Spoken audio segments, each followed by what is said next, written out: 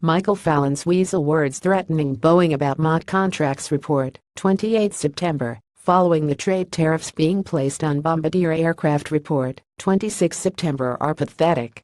His government since 2010 has placed order after order after order with Boeing for helicopters, when they could have been made under license in the UK, keeping British aerospace workers in a job.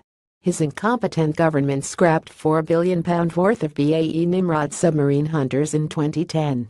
After a Russian periscope was spotted off the Fallon nuclear facility in 2012, they then ordered £3 billion worth of inferior Boeing P-8s.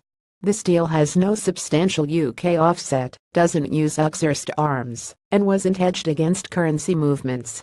The icing on the cake is that these Boeings can't even be refueled in the air by the RAF.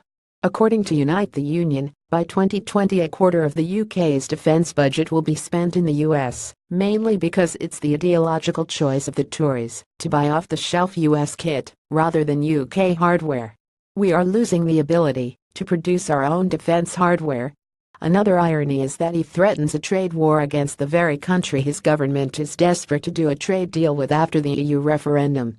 He would be better off getting David Davis engaging with the EU, as we'd have more success together against the US with our European allies than on our own.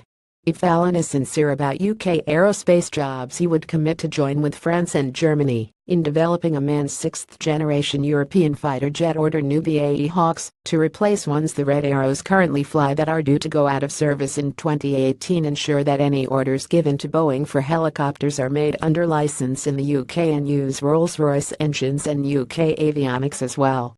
Finally, he could also help to ensure that Airbus UK is not penalized with tariffs and regulations when we leave the EU. We need deeds, not words.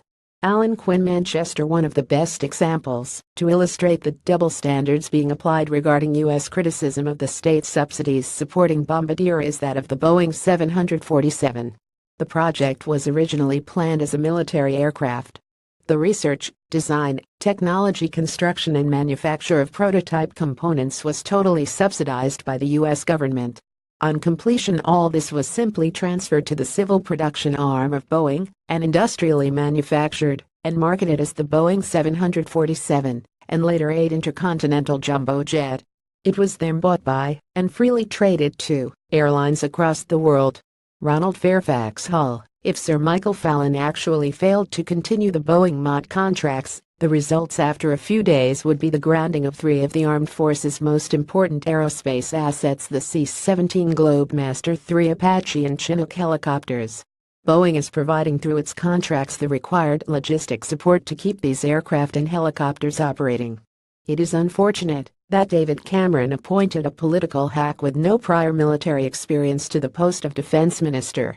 George Louis Brackley, Northamptonshire. Join the debate. Email guardian.letters@theguardian.com. Read more Guardian letters. Click here to visit goo.com letters.